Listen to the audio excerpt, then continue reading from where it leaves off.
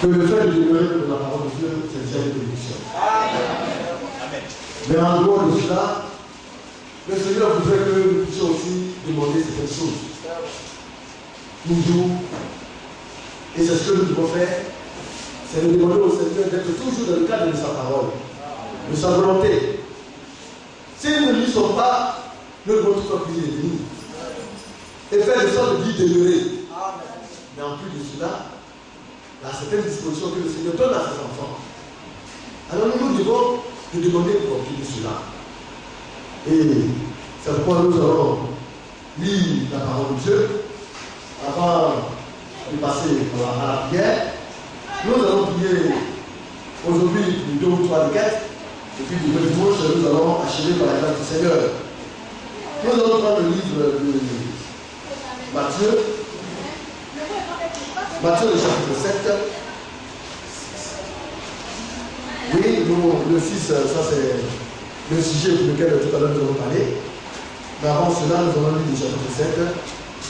Il faut quelque chose. Alléluia. Matthieu, le chapitre 7, à partir du verset 7.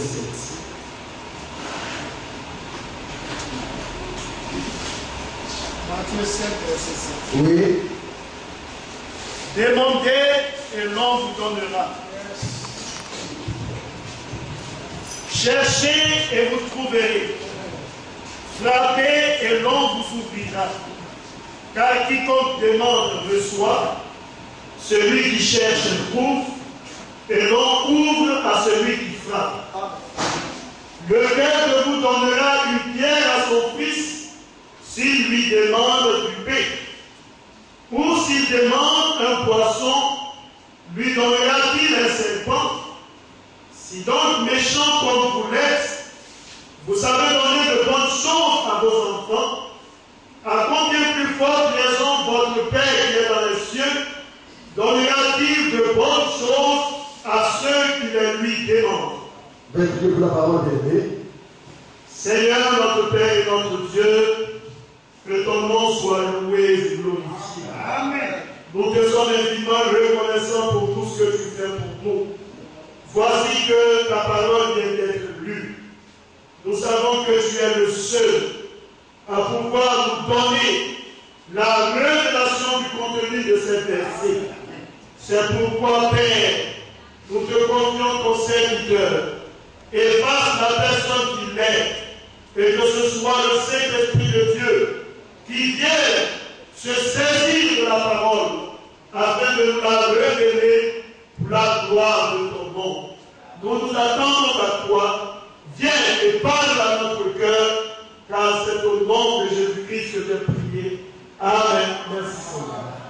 Bien-aimés, c'est la parole de Dieu que nous sommes en train de vivre. Et quand on parle de parole de Dieu, c'est que le Seigneur est derrière sa parole pour l'accomplir, pour la confirmer. Et ici, il nous a dit demandez et l'on vous donnera. Alléluia. Le Seigneur nous dit de demander.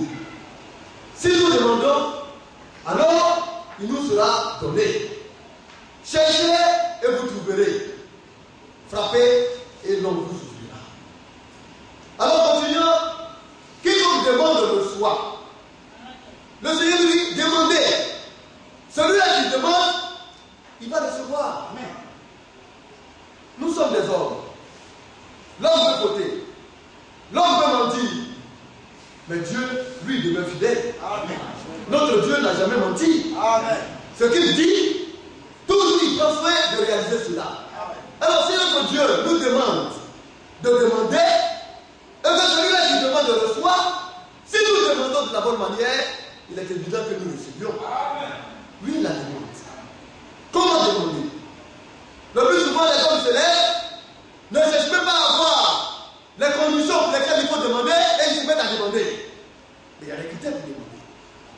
Alors ces critères, pendant de nombreuses années, nous ne faisons que demander au Seigneur de mettre ces critères en nous. Oui. Et les critères de la demande, c'est l'obéissance à sa parole. Nous avons dit cela tout à l'heure. Alors, si nous demandons, nous allons recevoir. Tu ne demandes pas, tu n'auras rien. Alléluia. Amen. Tu peux vivre la parole de Dieu. Tu peux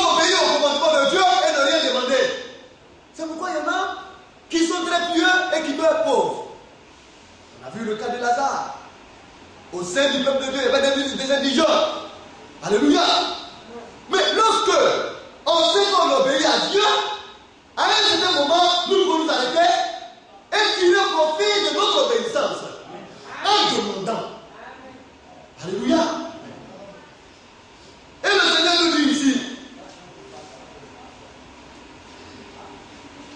lequel de vous donnera une pierre à son fils s'il lui demande du pain? Il a faim. Il a besoin de manger. Et puis il va vers son père pour lui demander du pain à manger. Et puis le père va se lever pour dire, il faut prendre des pierres pour manger. Ce qui n'est pas comestible, ce qu'on ne peut pas manger, comment un père peut-il donner cela à son fils? Alléluia. Amen. Mais le pain, ça s'obtient comment? Par le travail, par les moyens. Amen. Alléluia. Amen. Mais si Dieu ne bénit pas ton travail, si Dieu n'est pas avec toi dans le travail, si Dieu ne bénit pas tes activités, comment est-ce que tu vas avoir les moyens pour manger? Alors quand nous parlons de pain, nous parlons de nos activités éducatives, de ce que nous faisons, de ce que nous entreprenons. Ben, il voulait que le Seigneur y mette la main afin de bénir nos activités, afin que nous ayons à manger. Si tu obéis à Dieu, alors si tu lui demandes, le Seigneur sera obligé de te bénir. Parce qu'il l'a décidé ainsi. Alors le Seigneur continue de dire, ou s'il demande un poisson, lui donnera-t-il un serpent? Le serpent, nous savons ce que c'est. C'est ce qu'il y a de plus noble, de plus dangereux. Le serpent est un poisson. C'est un meurtrier. Alléluia. Lui, il demande du poisson à manger. Et au lieu du poisson, est-ce que c'est le poisson que tu vas lui donner? Le poisson te permet d'être équilibré, d'avoir la vie, parce que c'est de la nourriture. Mais le serpent, lui, fait quoi? Lui, il tue, il détruit. Et le Seigneur dit, si donc méchant comme vous l'êtes. Oui, l'homme qui ne connaît pas Dieu, c'est un méchant. L'homme qui ne lit pas la parole de Dieu, il vit dans la méchanceté. Mais l'homme qui est méchant, qui ne connaît pas Dieu, il est conscient de ce que c'est qu'un fils ou bien un enfant. Il sait que cet enfant-là, il doit lui donner à manger. Et c'est en cela même que les méchants, vous voyez même de leur vie, ils perdent, comme on le dit, les vies des autres pour s'occuper de leur famille à eux, pour prendre soin des siens. Après, il faut trésor Dieu, qui est notre Père. Vous pensez que nous allons venir vers lui pour lui dire, papa, notre Père Céleste, nous avons besoin de telle chose, et puis Dieu ne nous écouterait-il pas? C'est pas possible. Alléluia. Alors, à combien de fois trésor votre Père qui est dans les cieux donnera-t-il de bonnes choses à ceux qui les lui demandent? Il faut demander. Alléluia. Nous allons prendre le livre de Marc, le chapitre 11.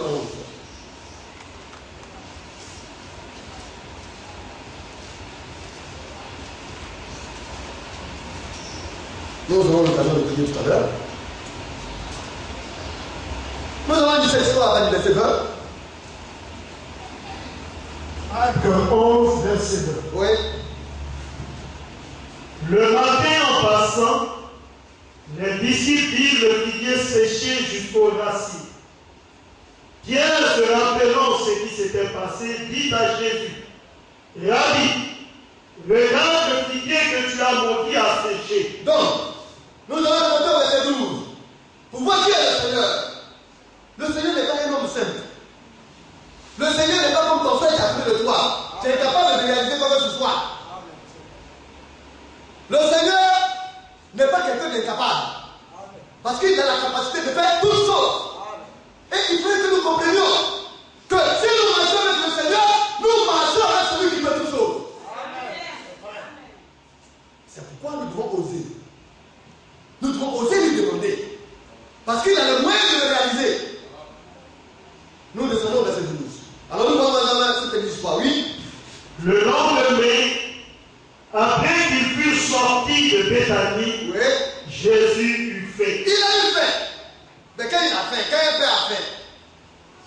donner aussi à manger à ses enfants. Si lui, le père, il a fait, c'est que certainement ses enfants aussi ont fait. Il n'a pas fait les choses pour rien. Chaque homme a un but. Chaque animal a un but sur la terre. Chaque plante a un but pour, vous voyez, lequel il a été planté. Alors, les arbres, leur rôle, c'est de donner des fruits aux autres pour manger lorsqu'ils ont fait. Et dans la suite logique des choses, c'est que les arbres doivent pouvoir produire son fruit tous les mois. Et c'est ce qui se passera au l'Union. Parce qu'à chaque mois, les arbres fruitiers vont donner leurs fruits. Et quand ils donneront leurs fruits vont servir de nourriture aux enfants de Dieu. Et leurs feuilles vont servir de remède pour leur guérison. Dans la volonté parfaite de Dieu, c'est cela. Un arbre doit pouvoir produire des fruits chaque mois. Mais il en est de même pour nous, enfants de Dieu. Nous sommes des arbres plantés par notre Dieu lui-même. Et nous devons produire du fruit à chaque fois. Alléluia. Oui, frère, nous continuons. En percevant de loin un figuier qui avait des feuilles. Alors le figuier est détruit. Toute la disposition y est. Il avait des feuilles. Il était vieux vert. Il était vieux du. Alors il a dit certainement, ce figuier va me donner à manger. Alléluia. Et qu'est-ce qu'il fait? Il va faire sa création. Sa créature. Parce que là, c'est une créature de Dieu. Alléluia. Une création de Dieu. Et quand Dieu crée quelque chose, c'est pour le servir. C'est pour être utile pour lui. Tout ce qu'il met à disposition est pour lui et ses enfants. Et ça, nous devons le comprendre. Oui, bien, nous continuons. Il alla voir s'il y trouverait quelque chose. Oui. Et s'en étant approché, il ne trouva que des feuilles. Oui. Car ce n'était pas la saison des figues. Oui. Prenant alors la parole, il lui dit, Oui.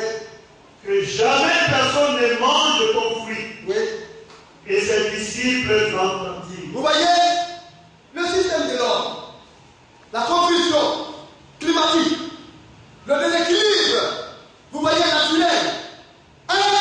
Comme on a dit, pénaliser ce figuier. Alléluia. Donc ce qui faisait qu'il attendait une saison, vous voyez un profit de vous produire. Mais le Seigneur est-il injuste? Mais non. Le Seigneur, lui, est passé là.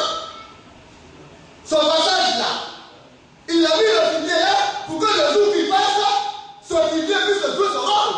Et puisque le figuier là, c'est bien à rien. Mais sa présence ne sert plus à rien. Alléluia. Alors, apercevant de loin un figuier qui avait des feuilles, il allait voir s'il trouverait quelque chose. Et s'en étant approché, il ne trouvera que des feuilles. Mais il n'a fait pas un feuille. Lui, c'est fruit pour se réconforter, pour manger, pour avoir de la force. Mais il ne trouva pas de fruits. Alors le figuier a été planté pourquoi? Oui, on va mettre la faute sur le système climatique. Oui, ce sont les conséquences. Le climat lui-même rendra compte pour lui-même avec le temps marqué.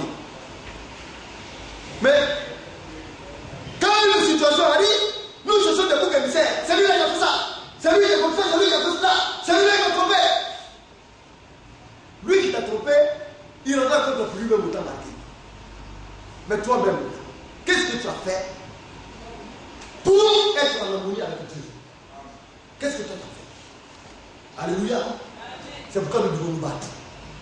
Même si la situation est périlleuse, difficile, est compliquée, et que même ça ne va pas, nous devons nous battre pour rester dans la voie de Dieu. Parce que chacun rendra contre lui. Alors il a regardé. Et il ne trouva que des feuilles. Car ce n'était pas la saison des figues. Donc on donne une raison aux figuiers pour dire que ce n'était pas la période de produire. Prenant alors la parole, certainement les apôtres ont dit, mais Seigneur, ce n'est pas la période. Il y a un temps pour lequel il vient. Alléluia. Mais as-tu demandé? Tout est possible à Dieu. Ce qui est possible pour toi, l'as-tu demandé?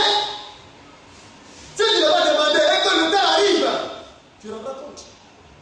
Mais si tu lui as demandé et que lui ne l'a pas fait, et que le temps arrive, tu lui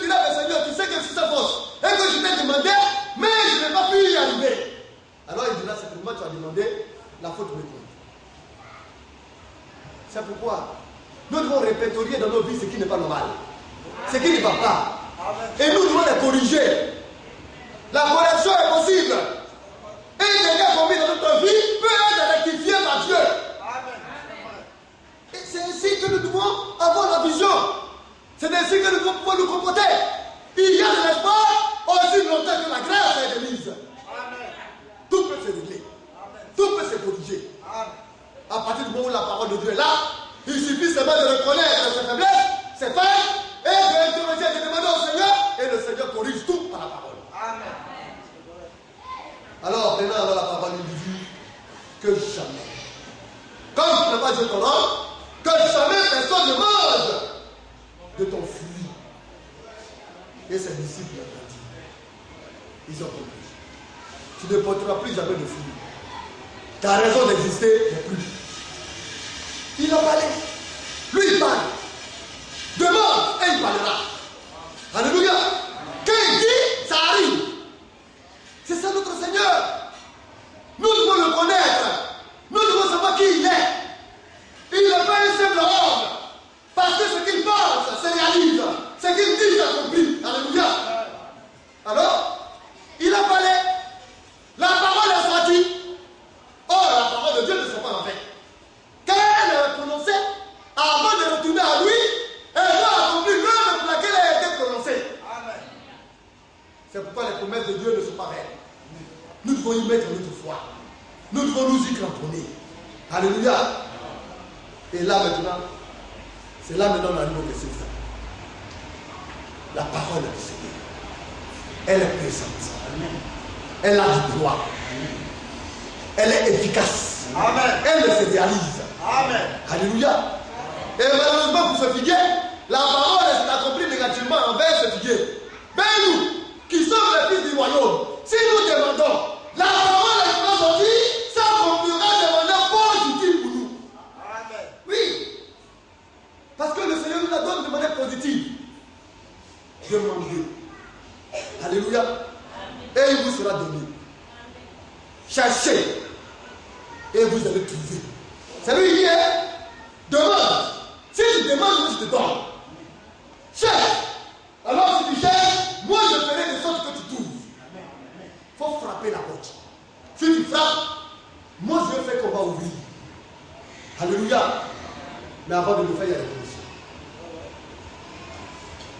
Depuis que l'église existe, nous avons mis en place toutes les conditions. Nous regardons d'abord l'église à cette quantité. L'église a aimé le Seigneur. Parce qu'elle s'est restée, elle est restée accrochée à la parole. L'église est demeurée de la doctrine. L'église a marché dans la fidélité, elle n'est pas entrée dans l'idolâtrie. L'église n'a pas cherché de compromis avec quoi que ce soit. Mais il est normal que celle qui demande quelque chose de lui, Dieu puisse la lui appeler. En tant qu'église. Alléluia. Nous pensons que nous remplissons maintenant les critères nécessaires pour que réellement les portes nous soient ouvertes. Parce que nous sommes à l'intérieur de la parole de Dieu. Alléluia. Oui, il est le temps à la verset. Le matin, en passant, les disciples virent le figuier séché jusqu'aux racines. Oui. Pierre, se rappelant ce qui s'était passé, dit à Jésus. Alors il s'est rappelé. Il a vu le Seigneur se parler. Le Seigneur était fâché. Et puis il a parlé. Il a prononcé une parole. Et ils ont vu cela dans les gens, ils ont oublié. Et c'est ça l'homme. Ne prête pas toute attention à la parole de Christ. La parole de Christ, c'est celle que vous écoutez là. C'est ce qui vous est annoncé maintenant. Quand on la parle, on l'adore, on minimise cela. Mais pourtant, il y a la vie à l'intérieur. Il y a de la puissance à l'intérieur. Et c'est ce qui s'est passé avec eux. Jésus a parlé simplement. Eux, ils ont dit que c'est une parole simple de nous. Alors que ça fait des effets très efficaces. Alléluia. Oui, frère. Rabbi, regarde le figuier que tu as maudit à sécher. Oui. Jésus prit la parole et leur dit, Oui. ayez foi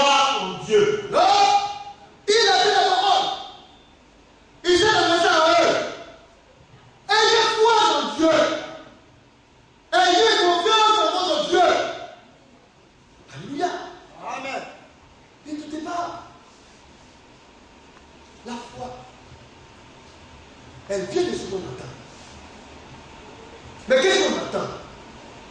Ce qu'on attend, c'est de la parole de Christ. Alléluia. Alors nous devons mettre notre confiance en cela. La parole du Seigneur se réalise. La parole du Seigneur se confirme. Nous devons avoir foi en ce Dieu. Oui, frère, nous continuons. Je vous le dis en vérité. Oui. Si quelqu'un dit à cette montagne, l'obstacle qu'il y a, celui qui parle à la route, ce qui l'empêche d'avancer, il dit pas. Dis simplement. Alléluia. Avec foi. Amen. Avec confiance. Amen. Alléluia. Amen. Parle. Dis à la montagne, déplace-toi. Et si vous ne le dites pas, alors la montagne se déplace. Alléluia. Oui, frère. ôte-toi de là et jette-toi dans la mer. Et s'il ne doute point dans son cœur, mais croit que ce qu'il dit arrive, il le verra s'accomplir. Alléluia. Mais un enfant de Dieu, c'est un prince.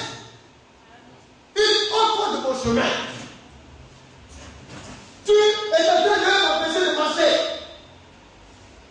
Tu ne veux pas la route. Je ne veux pas te voir là. Ta place ne n'est pas là. Moi, je peux passer. Voilà ta place. Dans la mer. Retourne dans la ville d'où tu es quitté. Alléluia.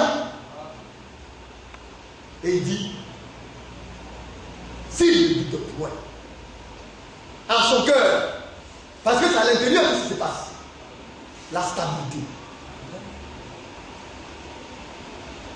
la certitude dans son cœur, la confiance en son Dieu. S'il ne doute point dans son cœur, mais croit que ce qu'il a dit arrive, alléluia, alors il verra cela s'accomplir. Si tu doutes, tu n'auras rien. C'est simple. C'est un choix. Mais, bien aimé, attends de venir t'asseoir. Pour demander légèrement sur ta bouche parce que tu as envie de parler. Oui, il y a sur la maison, on dit on a qu'à prier, et quand on se lève, et puis chacun parle. On parle, on prie, parce qu'il faut prier. Mais ça ne vient pas du profond du cœur. Et cela n'est pas l'objet d'une confession personnelle. Alors tu pries. Mais si tu pries pour parler à Dieu, et que cela vient du plus profond de ton cœur, si cela sort de la profondeur de ton être, alors tu verras cela se réaliser. Alléluia. C'est vrai. Oui, bien aimé. Verset 24. C'est pourquoi je vous dis, Oui. tout ce que vous demanderez en priant, Tout ce que vous allez demander en priant. La prière. Parler à Dieu. Dis à Dieu ce qu'on attend et ce qu'on veut. Oui, il faut prier. On ne prie pas n'importe comment. Mais tu pries pour dire quoi? Tu pries pour demander quoi? Bien aimé, si ta prière n'est pas une prière conditionnelle, arrête de prier. Ou bien demande nécessaire afin que tu obtiennes. Nous devons prier. Amen. Il est temps maintenant que nous parlions à Dieu. Et cela du plus profond de nous-mêmes. Alors, tout ce que vous demanderez en priant, en parlant à votre Père Céleste, alléluia. Alors, il dit après avoir fini de prier, ne chancelez pas, ne tremblez pas, ne doutez pas, croyez que ce que vous avez demandé arrivera. Et vous verrez cela s'accomplir. Amen. C'est la parole. Jésus a parlé. Mais il avait la pleine conviction que la parole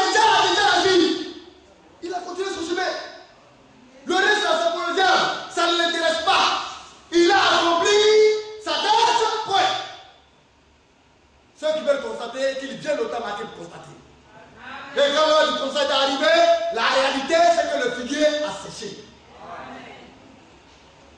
Tu es un fils de Dieu. Tu es un enfant de Dieu pour cela. Alléluia.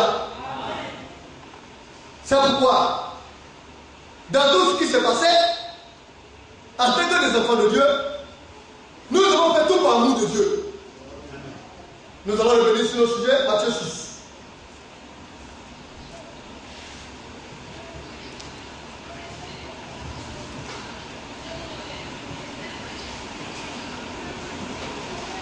Le verset 23. Verset 23. Oui. Mais si ton œil étant mauvais et Matthieu 6. Oui. Matthieu. Matthieu 6, verset 33. 33. Verset 33. Oui, nous revenons sur le sujet. cherchez premièrement le royaume et la justice de Dieu. Oui. Et toutes ces choses vous seront données par-dessus. Donc vous voyez, il dit celui qui cherche, il tout. Mais combien d'années? Nous cherchons le royaume de Dieu et sa justice. Combien d'années? Bientôt près de 20 ans. Celui-là qui a près de 20 ans. La soeur m'a dit, elle a près de 20 ans. Le frère Anthony, le frère Bertrand. Alléluia. Le pasteur Antoine, le frère Atia. Et moi, j'ai près de 10 ans. Ou même plus de 10 ans. Mais depuis que vous venez, vous ne faites que chercher le royaume de Dieu et sa justice. Et cela vous a amené à être fidèle à la voix de Dieu. À vous approcher. Rien n'a changé. Seulement, nous marchons dans l'attente de notre Seigneur. Parce que nous croyons en lui. Alléluia. Cherchez premièrement le royaume et la justice de Dieu. Et puis le reste, toute chose vous sera donnée. Dans le livre de 1 Corinthiens, le chapitre 15, verset 30, ou bien 14, oui, on va lire cela. La chose que nous devons chercher d'abord, nous allons voir cela. Parce que c'est ça qu'il faut le trouver d'abord. Quant à cela, le Seigneur, il est obligé d'accomplir le reste. Mais il faut demander. Maintenant, quand tu as une chose, tu fais quoi? Tu la gardes. Et puis tu la cultives. Parce que tu ne peux pas la prendre pour la peine. Elle est en toi, elle est donnée. Parce que depuis le moment où tu cherches cela, oh Dieu dit que celui qui cherche tout. Alors quand nous cherchons, il nous l'a donné. Maintenant, il faut protéger cela. Il faut cultiver cela. Il faut faire agrandir cela. Maintenant, le reste, là, c'est qui nous sera donné là, après là. Oui. Nous devons dire, maintenant, tu sais que j'ai été fidèle. Ça fait maintenant 5 ans. Ça fait 3 ans, 2 ans. Ça fait 10 ans. Ça fait 20 ans que je suis attaché à ça. Et le reste n'a pas. Je suis venu maintenant réclamer. Donne-moi. Il y a eu des églises pauvres. Mais il y a eu des églises riches. L'apôtre Paul, quand il sillonnait les assemblées, il est arrivé dans des églises où les frères avaient les moyens et ils prenaient l'argent pour aller soutenir les assemblées qui étaient indigents, qui avaient des difficultés. Même la grande église de Jérusalem, après sa dispersion, a été assistée par les assemblées sœurs de la Macédoine. Dans la vérité, quand on a eu l'église du Seigneur, on doit avoir les moyens de demander l'œuvre de Dieu. C'est pourquoi nous n'aurons plus encore aller dans le sens de dire, nous allons encore demander au Seigneur, vraiment Seigneur, donne-nous encore d'abord d'obéir à ta parole. Toujours nous prions pour ça. Nous pensons que ce sont des acquis. Que nous allons protéger, nous allons continuer de demander. Mais maintenant, nous allons demander ce qui suit. Amen. La bénédiction. Alléluia. Romains le chapitre 1 Corinthiens chapitre 14. Tu lis le premier paragraphe du premier verset seulement. Recherchez l'amour. Recherchez l'amour. Oh, l'amour c'est quoi? L'obéissance à la parole de Dieu, à la foi du Seigneur, à ses commandements. C'est ça l'amour. Depuis plus de tu as pratiqué ça. Quand vous venez toujours à l'église, c'est pas ce qu'on vous dit. Mais l'amour c'est quoi? C'est la bénédiction suprême. Amen. C'est la chose la plus grande de tout ce qui existe. Le dernier verset du chapitre 13. Bien aimé. Maintenant donc, ces trois choses demeurent. Il y a trois choses qui demeurent. Oui. La foi, Premièrement, la foi. Il ne faut l'espérance pas douter. Il faut croire. Il faut mettre la confiance en Dieu et en sa parole. Deuxièmement, l'espérance. Ce que tu as demandé, ce que tu as dit, il faut croire que ça va arriver. C'est ça l'intérêt. Et puis la plus grande, c'est quoi? l'amour. L'amour. Ça là, ça ne trompe pas, ça ne faillit jamais. C'est le sommet des sommets. C'est la plus grande des bénédictions qui ouvre la porte aux autres bénédictions. Alléluia. C'est pourquoi tout à l'heure nous allons prier. Nous allons prendre le livre de Proverbes, chapitre 10.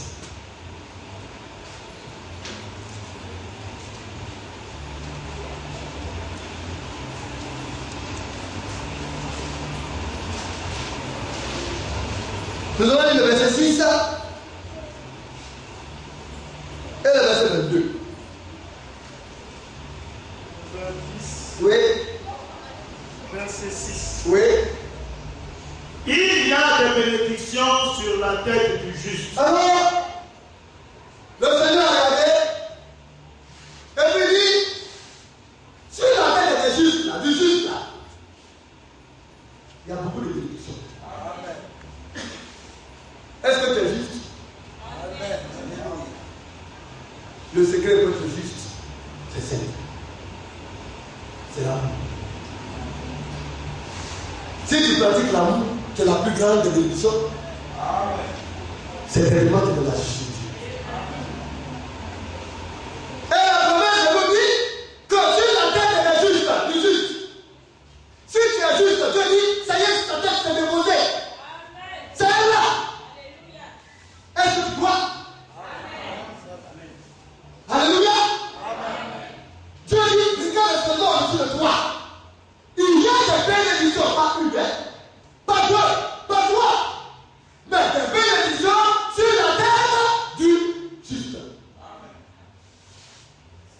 Maintenant, il suffit seulement que le juste dise, Seigneur, je veux devenir riche. Le Seigneur dit avant, mais regarde au-dessus de toi. Et putain.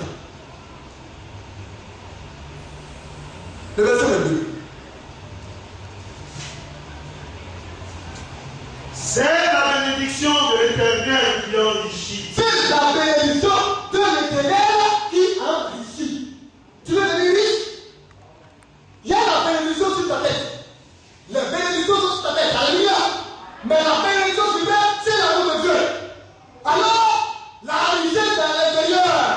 Lève les yeux au-dessus de toi et prends-la. Amen. Si tu le veux. Ça est sur ta tête. Mais tu peux dire, le monde là, ça me dit bien. J'aime ma condition telle que je suis.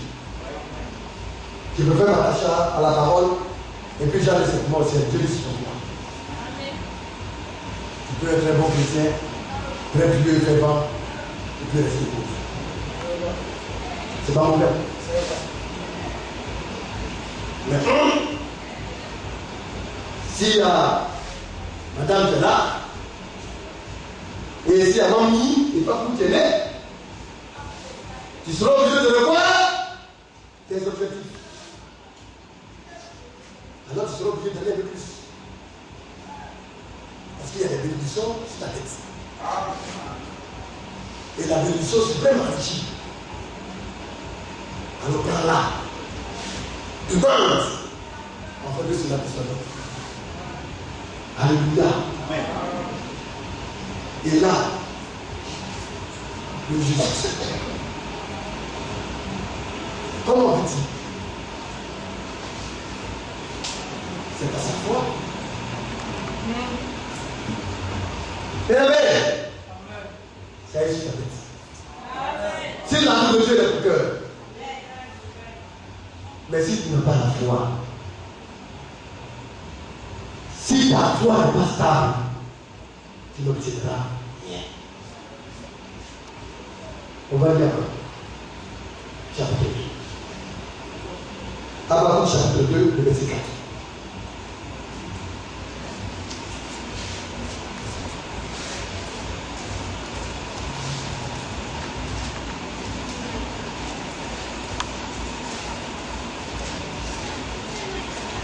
Je vais appeler le Romain, je vais lire la boucle. Romain chapitre 3, à partir du verset 11, je vais appeler cela. Il dit voici, mon âme s'est enflée. Elle n'est pas bonne en lui. Oui, il y a des menteurs. Et c'est juste. Mais tu es rempli d'orgueil. Ton âme est enflée. Tu penses que c'est quelque chose d'important. Tu penses que c'est quelqu'un alors que tu n'es rien. Et il dit, elle n'est pas droite en lui. Or la justice passe par la droiture. Parce qu'il est droit. Or ce qui est droit, c'est la parole de Dieu. En demeurant dans l'amour, tu marches dans la droiture. Et il dit, mais mon juste, celui-là qui est juste, il fait quoi? Il va vivre par la foi. Or la foi vient de ce qu'on attend. Et ce qu'on attend vient de la parole de Christ. Venir à la maison de Dieu. Écoutez la parole du Seigneur. Et marcher selon cela, alors c'est juste. D'abord, il faut venir, il faut écouter. Si tu ne veux pas écouter le conseil de Dieu, tu ne seras jamais juste. Parce que le conseil de Dieu est donné dans la maison de Dieu. Et le conseil de Dieu qui est donné dans la maison de Dieu est tiré de la parole du Seigneur Jésus-Christ, de notre Dieu. C'est pourquoi la foi vient de ce qu'on attend. Et ce qu'on attend, c'est sa parole. Alors quand tu es juste, c'est que tu marches par rapport à cela. Le juste vit par la foi. Par rapport à ce qu'il écoute. Et ce qu'il vient écouter vient de la parole de Christ. Alors celui-là, quand tu es régulier, quand tu es bien pour écouter, et que Dieu veut dire selon cela, la bénédiction ne trahit sur ta tête. Alléluia. N'est-ce pas? On va aller dans le Romain rapidement, frère. Romains 3, Oui. verset 11. Oui, avant de verset 11. Nul n'est intelligent. Nul ne cherche Dieu. Tous sont égarés. Non, verset 21. Oui. Excuse-moi. Mais maintenant, sans la loi, Oui. est manifestée la justice de Dieu. Aujourd'hui, c'est la loi. Autrefois, il était possible de dire la loi, mais aujourd'hui, c'est la loi et manifester la justice de Dieu. La justice de Dieu par la grâce. Ça veut dire que ce que la loi dit et que personne ne peut vivre là. La grâce nous donne accès à ça. Oui, frère. Mais maintenant, sans la loi est manifestée la justice de Dieu, Oui. à laquelle rendent témoignage la loi et les prophètes. Donc la loi et les prophètes rendent témoignage de la justice de Dieu qui est manifestée maintenant. Oui, frère. Justice foi. Alors, cette justice s'obtient par la foi. Il suffit seulement de croire, de venir pour écouter et de pratiquer ce que Dieu dit. Alors, la justice est écoutée. Tout simplement.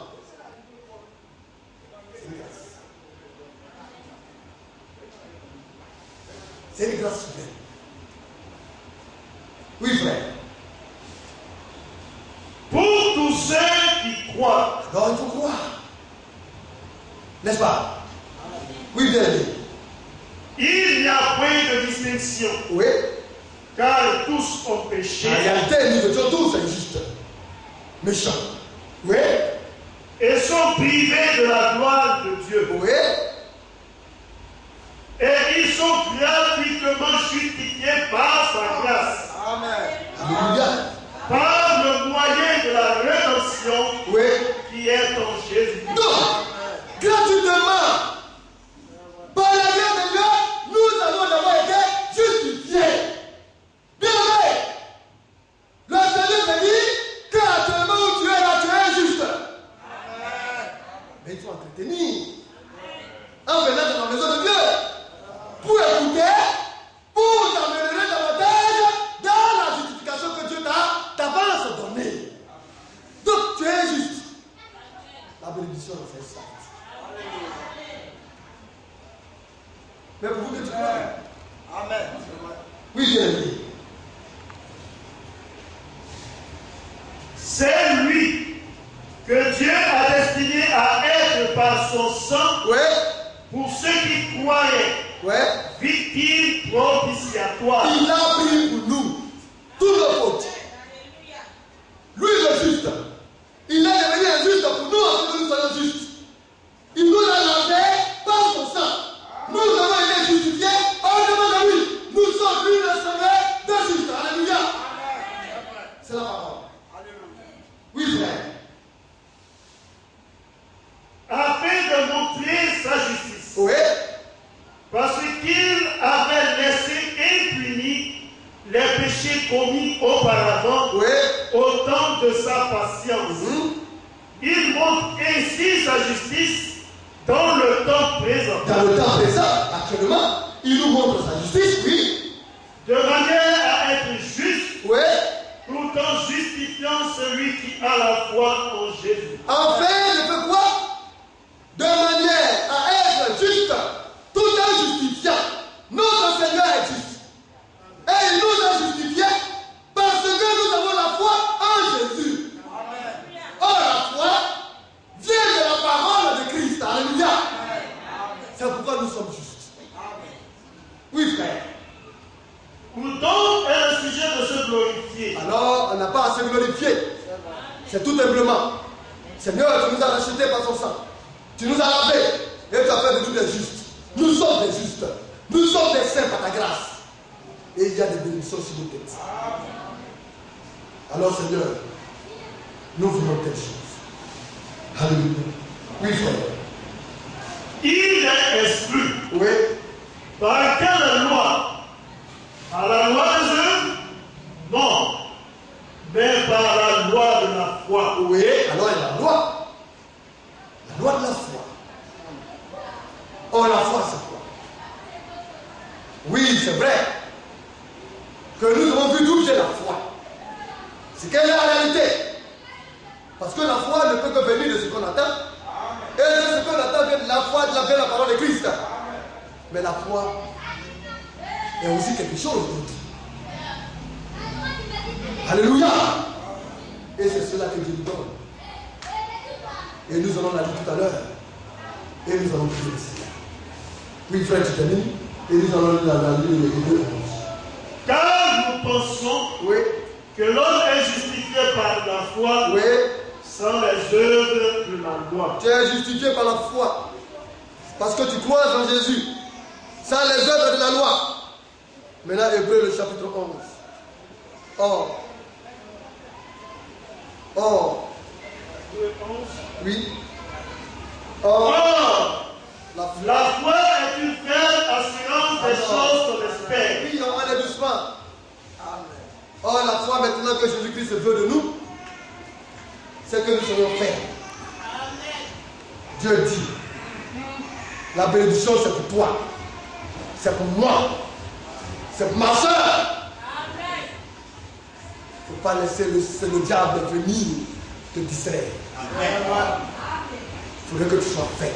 Amen. Alléluia. Amen. Et que tu aies de l'assurance. La fermeté de l'assurance. Mon Seigneur a dit, peu importe, Satan te dira, oh, toi, devant moi.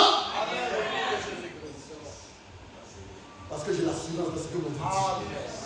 Parce que quand il parle, cela se réalise. Amen. Quand il dit, cela s'accomplit. Amen. J'ai confiance en ça.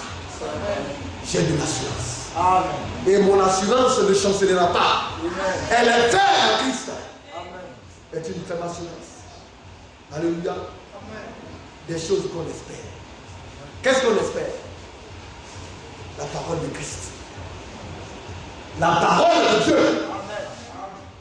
Elle nous a demandé de chercher d'abord, premièrement, le royaume et la justice de Dieu. Ce que longtemps nous cherchons. Et puis toutes ces choses nous seront données. Alors toutes ces choses-là, nous croyons. Amen. C'est pour nous. Amen. Elle nous dit encore qu'il y a des bénédictions sur nos têtes. Parce que nous sommes des justes. Les bénédictions sont là. Et que dans ces bénédictions, il y a à l'intérieur de la richesse. Ce sont les bénédictions de l'Éternel qui enrichissent. Amen. Et il ne fait suivre cela de qu'un chacun. Alléluia. Est-ce que tu as la foi? Amen. Est-ce que tu es ferme? Est-ce que tu es ferme dans l'assurance? Est-ce que tu espères dans ce que tu dis? Alors, la démonstration va venir. Ce que tu n'as point vu va se réaliser. Amen. Ce que tu n'as jamais vu de ta vie, Dieu va manifester cela. Alléluia. Une démonstration. Alléluia. De celle qu'on ne voit pas. Alors ce que Dieu a prévu pour toi, ce qui n'existait pas, Dieu va manifester cela. Amen. Alléluia. Amen. Est-ce que nous croyons? Amen. Alors, nous allons nous lever et nous allons